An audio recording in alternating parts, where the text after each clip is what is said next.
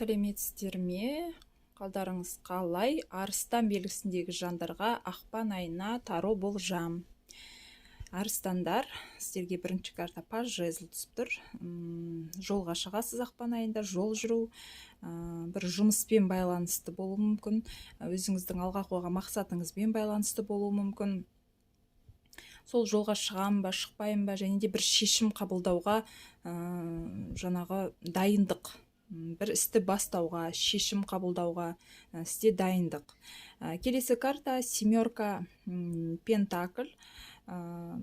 Қандай да бір қомақты қаржы күткен болсаңыздар, бұл жақын арада емес, кішкене сабыр сақтағаныңыз жөн.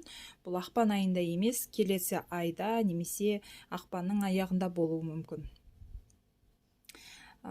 Келесі бізде восьмерка жезл.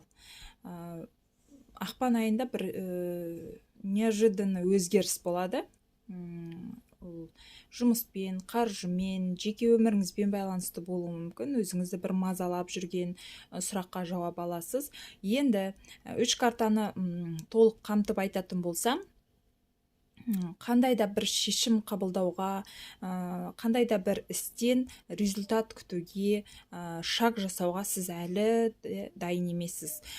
Кішкене болса да жаңағы білім алып, әлі де опыт алуыңыз керек. Екінші карта семерка пентакль. Сабыр сақтаңыз, жаңағы сабырсызданып, қазір шешім қабылдап, сіз дайынмын деп жаңағы нақты нүктесін қоя салсаңыз, сіз күткен нәтиже болмай қалуы мүмкін. Сіз күткен жаңағы қаржы түспей қалуы мүмкін. Сондықтан кішкене әлі де сабыр етіп күтіңіз. Восьмерка жезл, бұл неожиданный ситуация болады.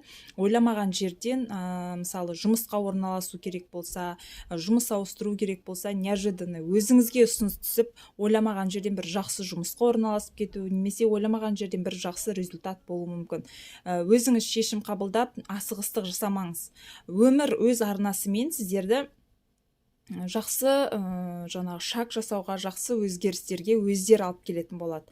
Сондықтан біреуді, өзіңізді жаңағы асықтырмағаныңыз жөн, әлі де кішкене опыт жинап, сабыр сақтап, қаржы жағынан болсын, нақты шешім қабылдар кезде, мысалы, күткен ақшаңыз болса, сізге осы айда, мысалы, біреу қарызыңызды қайтару керек болса, сіз ол адамды асықтырмаңыз.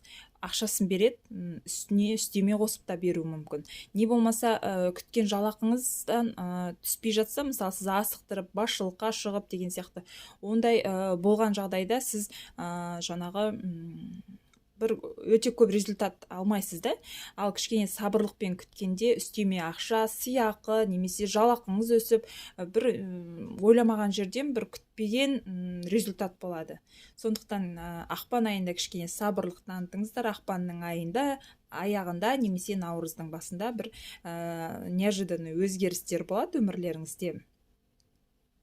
Осымен ақпан айына раскладтарыңыз аяқталды.